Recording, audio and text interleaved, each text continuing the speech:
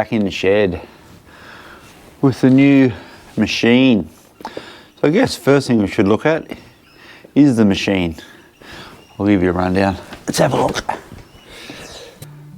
Okay, where do we begin? We'll go for a run over, but it is pretty bloody nice, pretty new, pretty tidy, pretty well set up now, ready to rock. We'll run over some of the things. So first things first, how many Ks? She's got 1,379. I bought it with 1,120. So 2021 model. I've added a few things, but it came with a lot of things standard, so, or came with a lot of things already on it, which was good. But oh, where do I begin? There's so many things. All right, first things first, here up top. So I put the windscreen on it. Needed some wind protection. It came with all the radiator guards. The suspension's all done. It's got Technic suspension throughout. I put the Safari tank on it the other day. It's 18 litres, or 17. I think you can hold something like 20 from what I can gather.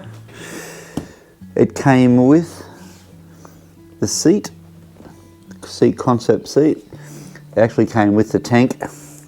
Wasn't on the bike, I had to put it on. What are we looking at? Just simple things like sprocket guards. Came with a 15 tooth front, which is good. I put the filter on, inline filter. I put that on the other day. Give it some protection from rocks. Give it some protection if it falls over. Don't push the gear lever through it. Came with the pivot pegs. Took a little bit to get used to them. They're a bit of a strange sensation, but all good. All good now. I feel bloody terrific now. I changed the rear sprocket. I now have a 43 on the back from a 47, just to give it a bit of highway legs, because it's not going to be climbing mountains, this thing. What do we got? I ended up putting my rod rack on it. Just plan on fishing in a couple of days with it. A bit of a beach run and fishing. So she needs to hold a rod. And put my Wolfman bags, I think these are 20 litres. Maybe, could be wrong. A little bit smaller, so I put them on in a pannier system, which was a cheap eBay thing, cheap and easy. So it has an FMF pipe, which is, I'd call it moderately loud. It's not too bad. Wind noise to me is the biggest noise on a bike. And it has some pretty sort of 50-50 type tyres. Tyres are K850A, whatever that is. It's a pretty generic tyre, but bloody, so far so good. On a few different terrains I've taken it in. But yeah, because this is, I'm pretty sure this 2021 model was the Cape York edition, so it came with the radiator guards as stock, the oil and radiator guards, so cool. And the bash plate, Suzuki bash plate, which is actually a pretty bloody well made thing, pretty solid thing. Yeah, so I guess one of the big questions is why a new bike, why another bike? The other bike was I only had for 13 months. Great machine, took me everywhere I wanted to go. That's 17,000 Ks in 12 months pretty well, and took me to some amazing places, and yeah, economically, comfortably, and most importantly reliably. It never missed a beat in the entire time I had it. Always started, always just ran beautifully, and well, I guess you'd expect that from Honda, and you'd expect it from Japanese motorbikes. But the new bike, I guess fundamentally the reason I got a new bike, there's a few different reasons, but one of the, probably the main reason, like you got to be financial as a reason, with the other bike getting on in kilometres a little bit for a single cylinder small capacity engine, it yeah, once you get over 20,000 Ks or beyond, you start the depreciation gets pretty heavy, then hits pretty hard. So figured I'd sell it while it's got sub 20,000 Ks, and that way the resale value was still quite high. So I pretty well got mostly what I paid for the bike, bar a little bit. Yeah, but had I kept it another year and it had 35,000 Ks, the value of the bike would have been like way down. But I do a lot more Ks than most people, so 35,000 Ks for someone buying a rally or any sort of small bike would take them, yeah, it could take 10 years. Yeah, I had the opportunity to get rid of the bike while it had good resale value, and coincidentally this one popped up on, I think it was on Facebook, one of those things, Gumtree, popped up at a good price with, like, you know, just had the first service done, and I thought, yep, it's time to swap over. So effectively it cost me $2,000 to get a brand new bike again.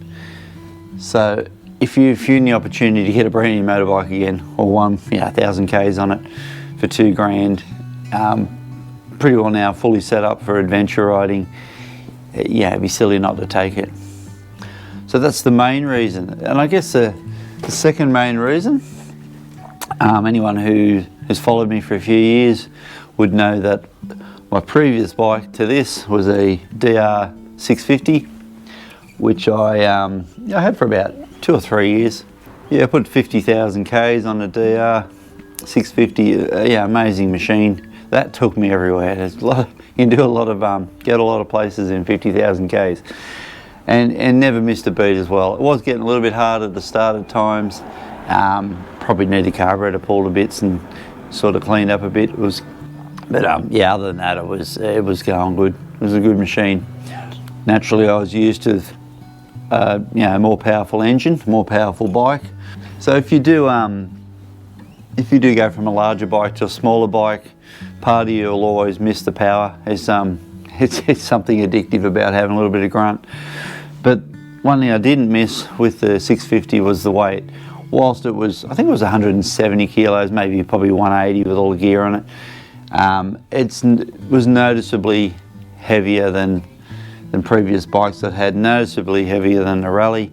So yeah, I'd missed the sort of power, but didn't miss the weight of the bigger bike. I enjoyed the lightness of the smaller bike, but did miss the power. You can't not miss power if you get used to it, and it's what you're comfortable with and you can sort of handle it. So yeah, so with the DRZ, and I'm going to say Z, I don't know who will upset because it's Z and it's Z, so I'm going to say Z, get that happening. So with the DRZ, this thing has, to me, all the power off the 650. I think it's a little bit less in horsepower, but it's I think it's around 39 horsepower, 40 horsepower or something for these, which is for a power to weight thing is pretty bloody impressive, because the bike itself, stock tank, is 138 kilos, 138.8. So they're a pretty light bike in the sense of the power to the weight, you know. So yeah, so quite a bit more power than the Honda, and about 17 kilos lighter, which doesn't sound like much the weight, but it is. Another 40 pounds, noticeable when you're picking it up or you're trying to push it around, throw it around. That's basically the reasons for the change in bike is a bit of nostalgia for the old Suzuki DR, particularly the power side of it, and I like the sound. They got a nice sound, the old 650s. This one's got a nice thump to it too, and the opportunity came up, like I said, to get one at nearly swap over price, so why not? So I've got plenty of rides planned for the new bike. It's just a matter of getting rid of some of this crappy weather and getting out there. Some of the bigger ones, like I want to get out to Mount Caputa. I want to do the Nundle loop again, up through Nowandock or back through Nowandock and up through Barry's Station and all that.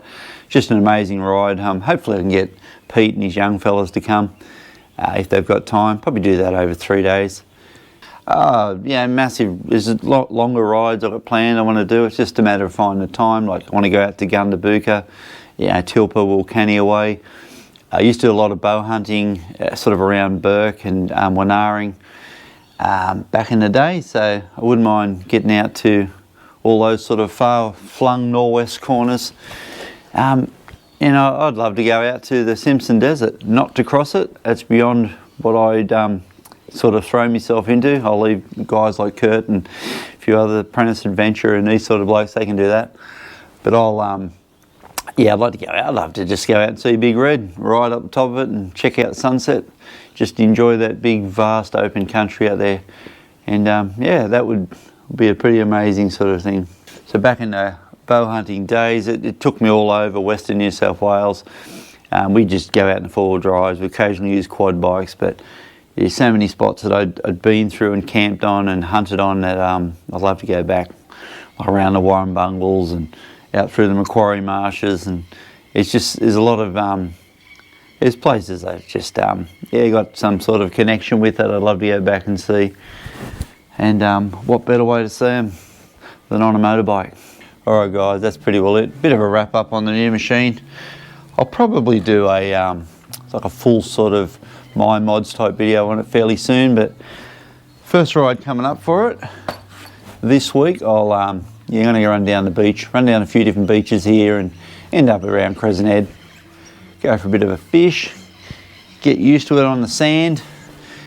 Yeah, I'm still getting used to it. I've only had one ride on it yet, so it's going to take a little bit to get used to, but mate, it's fun to ride. Alright guys, I'll catch you on the next one. It'll be a sunny day ploughing up beach sand on our stunning North Coast beaches. Alright, cheers.